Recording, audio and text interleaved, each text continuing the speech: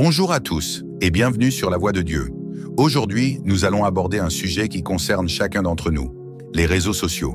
Combien de fois par jour prenons-nous notre téléphone pour consulter Instagram, Facebook, TikTok ou YouTube? Selon les études, la personne moyenne passe entre 2 et 4 heures par jour sur les réseaux sociaux.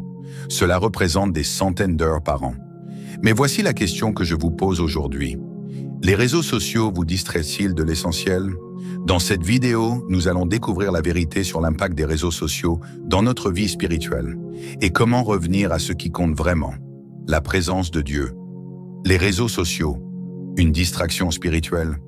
Les réseaux sociaux ne sont pas mauvais en eux-mêmes. Ils peuvent être un outil pour rester connectés, s'informer ou même partager l'Évangile. Mais lorsqu'ils deviennent une obsession, ils peuvent nous éloigner de l'essentiel. Dans la plupart des cas, les réseaux sociaux nous entraînent dans les situations suivantes. 1.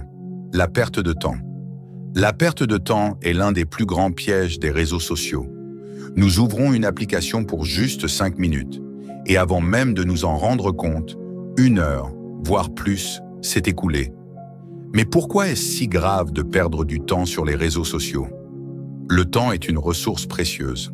La Bible nous rappelle que le temps est un don de Dieu, et nous devons en être de bons intendants. Éphésiens 5:15 à 16 nous exhorte. Prenez donc garde à marcher soigneusement, non comme des insensés, mais comme des sages. Rachetez le temps, car les jours sont mauvais. Chaque minute que nous passons à scroller sans but est une minute que nous ne pouvons pas récupérer. Imaginez si nous investissions ce temps dans des activités qui nourrissent notre esprit, notre corps et notre relation avec Dieu. Les réseaux sociaux créent une illusion de productivité. Souvent, nous pensons que nous nous informons ou que nous restons connectés, mais en réalité, nous consommons passivement du contenu qui n'ajoute aucune valeur réelle à notre vie. Combien de fois avons-nous fermé une application en nous disant « Qu'ai-je vraiment retenu de ce temps passé ?» Proverbe 14:23 nous dit « Tout travail procure un profit, mais les paroles en l'air ne mènent qu'à la pauvreté. » Cela s'applique aussi à notre utilisation des réseaux sociaux.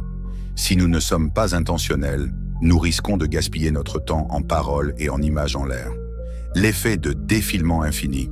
Les réseaux sociaux sont conçus pour nous garder captifs.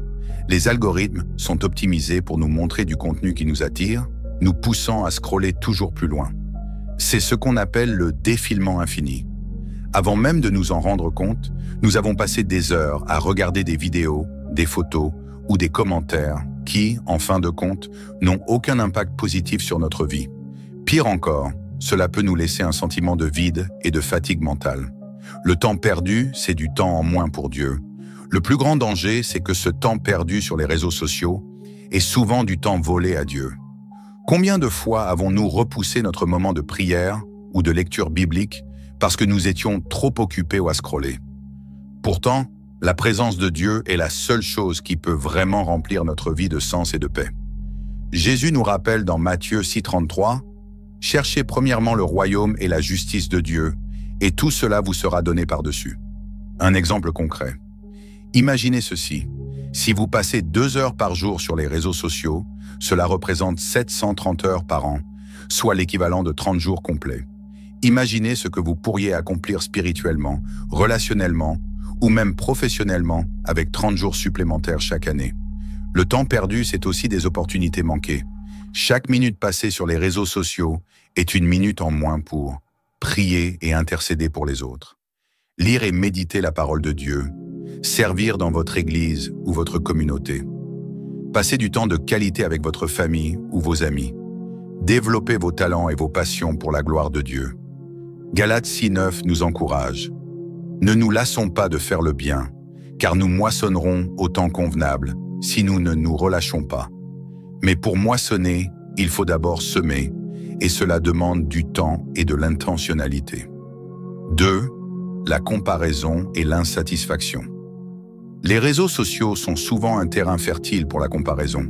Nous voyons les succès des autres, leurs voyages, leurs relations, leurs réalisations, et nous nous sentons inférieurs. Mais pourquoi cette comparaison est-elle si dangereuse? Et comment affecte-t-elle notre vie spirituelle et émotionnelle? La culture de l'image parfaite. Les réseaux sociaux présentent souvent une version idéalisée de la vie. Les gens partagent leurs meilleurs moments, des photos retouchées, des réussites professionnelles, des relations heureuses. Mais ce que nous voyons, c'est une curated reality, une réalité soigneusement sélectionnée et montrée sous son meilleur jour. Proverbe 14h30 nous dit « Un cœur calme est la vie du corps, mais l'envie est la carie des os. » Lorsque nous comparons notre vie quotidienne, avec ses hauts et ses bas, à ces images parfaites, cela peut générer de l'envie, de la jalousie et un sentiment d'insuffisance. L'effet sur l'estime de soi. La comparaison constante peut nuire gravement à notre estime de soi. Nous commençons à nous demander « Pourquoi ma vie n'est-elle pas aussi excitante ? Pourquoi je n'ai pas ce qu'ils ont ?» Cela peut mener à un sentiment d'insatisfaction chronique, voire à la dépression. Pourtant, la Bible nous rappelle que nous sommes uniques et précieux aux yeux de Dieu. Psaume 139,14 dit « Je te loue de ce que je suis une créature si merveilleuse. Tes œuvres sont admirables, et mon âme le reconnaît bien. » Notre valeur ne vient pas de ce que nous possédons ou de ce que nous accomplissons, mais de notre identité en Christ. La spirale de la jalousie. La jalousie est un piège subtil mais destructeur. Lorsque nous voyons les succès des autres, au lieu de nous réjouir avec eux, nous pouvons ressentir de l'amertume ou de la frustration. Galates 5,26 nous met en garde. Ne cherchons pas une vaine gloire en nous provoquant les uns les autres, en nous portant envie les uns aux autres. La jalousie ne nous apporte rien de positif. Au contraire, elle nous éloigne de la gratitude et de la paix que Dieu veut pour nous. L'insatisfaction est la quête du toujours plus. Les réseaux sociaux nourrissent en nous souvent une mentalité de toujours plus. Nous voyons quelqu'un avec une nouvelle voiture et nous voulons la même chose. Nous voyons une personne voyager dans un pays exotique et nous nous sentons frustrés de ne pas pouvoir en faire autant. Cette quête incessante de plus peut nous empêcher de trouver le contentement que Dieu nous offre. Philippiens 4,11-13 nous rappelle « J'ai appris à être content dans toutes les situations. Je sais vivre dans l'humiliation et je sais vivre dans l'abondance. En tout et partout, j'ai appris à être rassasié et à avoir faim, à être dans l'abondance et à être dans la disette. Je puis tout par Christ qui me fortifie. » L'impact sur nos relations. La comparaison peut aussi affecter nos relations.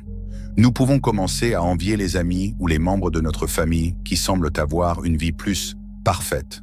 Cela peut créer des tensions, des rivalités et même des conflits.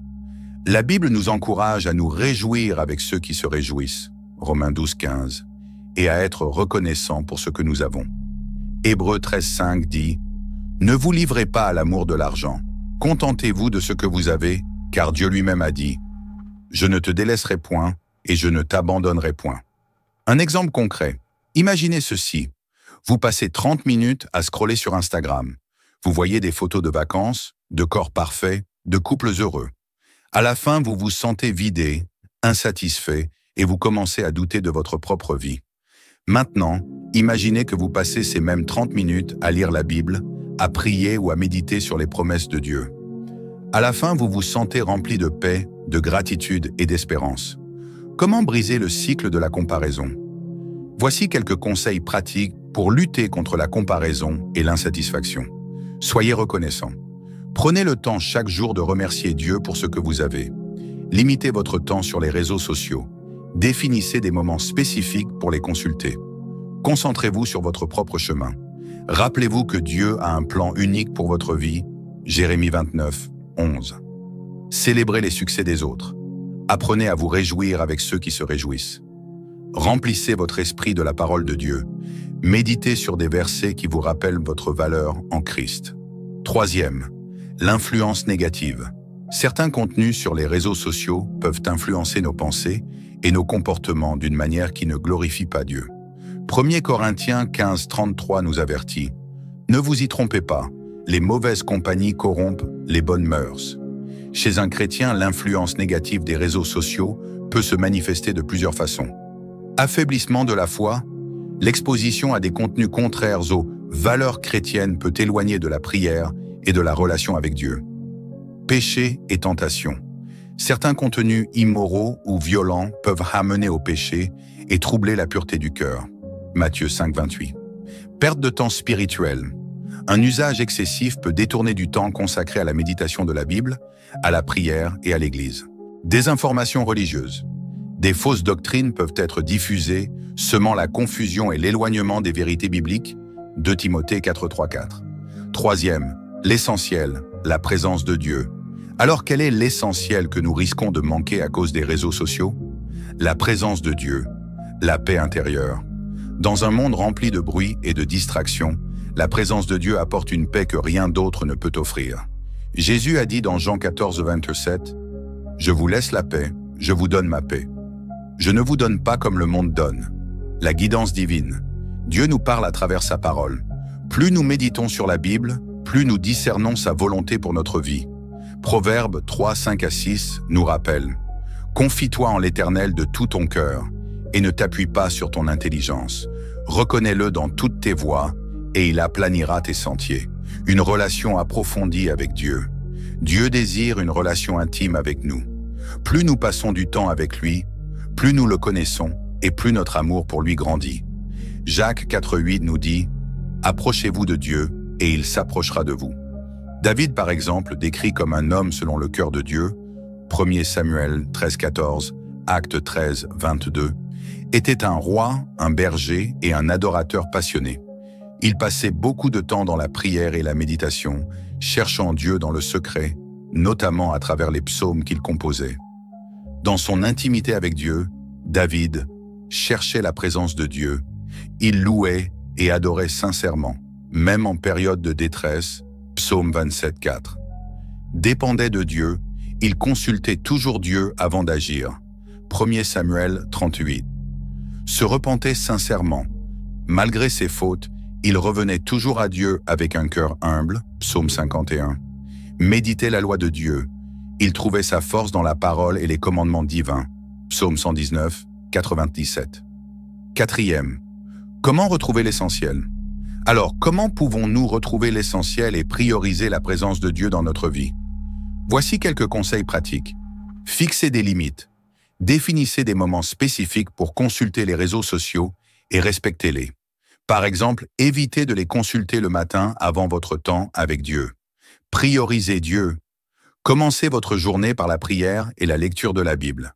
Matthieu 6:33 nous dit « Cherchez premièrement le royaume et la justice de Dieu, et tout cela vous sera donné par-dessus. » Utilisez des rappels. Mettez des alarmes ou des notifications pour vous rappeler de prendre du temps avec Dieu. Il existe même des applications qui peuvent vous aider à limiter votre temps sur les réseaux sociaux. Trouvez des alternatives. Au lieu de scroller, écoutez des podcasts chrétiens, des enseignements bibliques ou de la musique de louange. Cela nourrira votre esprit et vous rapprochera de Dieu. Conclusion. Un appel à l'action. Alors, quel est le premier pas que vous allez faire aujourd'hui? Je vous lance un défi. Pendant une semaine, passez 30 minutes par jour dans la présence de Dieu avant de consulter les réseaux sociaux. Voyez comment cela transforme votre vie, votre paix et votre relation avec lui. Rappelez-vous, Dieu désire passer du temps avec vous. Il vous attend avec amour et patience. Comme le dit Psaume 46, 10, « Arrêtez et sachez que je suis Dieu. » Si cette vidéo vous a encouragé, partagez-la avec d'autres chrétiens qui pourraient en bénéficier. Et n'oubliez pas de laisser un commentaire pour me dire comment vous comptez relever ce défi. Que Dieu vous bénisse abondamment et à très bientôt pour une nouvelle vidéo sur la voie de Dieu.